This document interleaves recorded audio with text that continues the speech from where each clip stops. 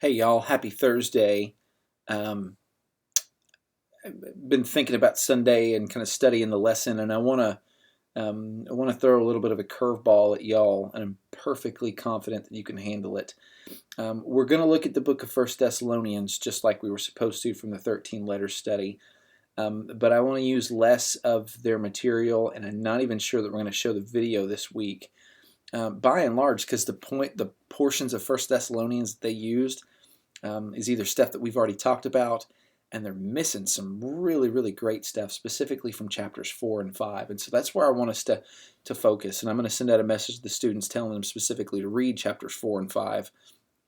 But by and large, we're talking about the second half of chapter 4 and then all of chapter 5. So I want to talk you through a few things from that passage here. And then if you've got any questions, please, please, please call me, email me, whatever, and we'll get you fixed up. So you're just going to have your Bible this Sunday. But again, I'm totally confident that you can handle this and encourage some students well with this. So let's look at this, okay? The second half of chapter 4, specifically starting at verse, you can start at verse 9, but really we're starting at verse 13. Maybe the most famous passage from here, and this is where Paul drops the concept of the rapture of the saints. And even more so, or less so about the rapture, more so about just the return of Christ, period. And here's what's cool about it. He says, brothers, I don't want you to be uninformed about this. Here's the context. The first round of Christian martyrs, maybe not the first round, martyrdom is happening on a regular basis now. And there are believers all around the Thessalonians and really all over Rome that are dying on a daily basis because of their faith.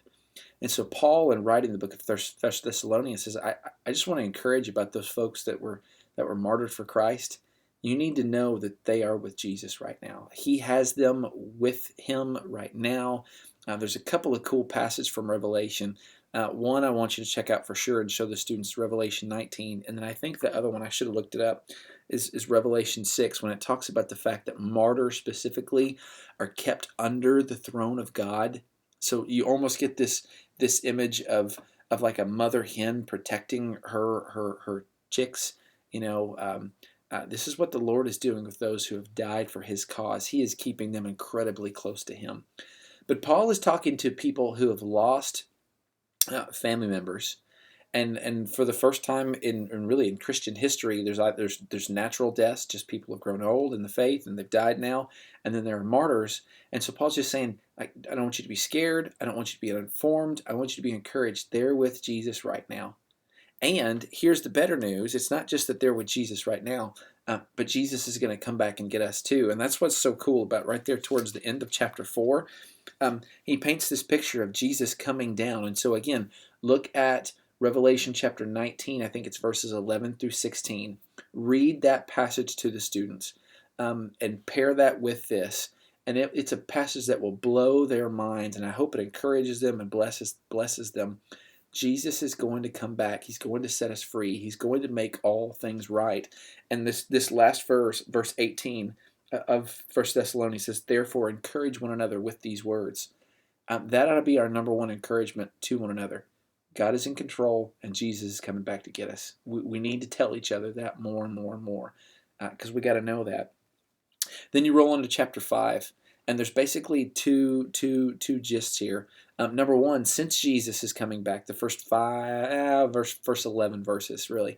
Since Jesus is coming back, these are the things that we need to be doing to the exterior world. We need to be working. We need to be helping others know who Jesus is. We need to be letting them know that he's coming back to get us, that he's coming to set us free, that he is going to judge the world. And if you don't belong to Jesus, you're not going to like that judgment so much. That's our job. And he actually uses words like lazy and don't be lazy. A couple of different times in this chapter suggest if we're not working to advance the kingdom, even if we're doing really good stuff in life, then biblically speaking, we're being lazy and we need to get to work. So there's that aspect in the first half. And then the last 13 verses or so, starting at verse 12, these are how we're practically supposed to love one another and help one another over the course of our lives. And again, it's just really simple, practical stuff that we can and should do. And honestly, Guys, I really believe if we would do verses 12 through 18, if we would just do verses 12 through 18, if that's all you taught this Sunday, although I hope you'll do more than that. If our students got that and really started to live these things out, it would turn our church upside down in an incredible way, but it would turn Arlington upside down in an amazing way too, if we would just act in accordance with these verses towards one another. So let's focus our attention in there. Again, I'm probably not going to show the video unless God just really, changed my heart and mind between now and then. So here's this video. I get to talk to y'all in a while like this anyway. Guys, I love y'all. We'll talk to you soon. Bye.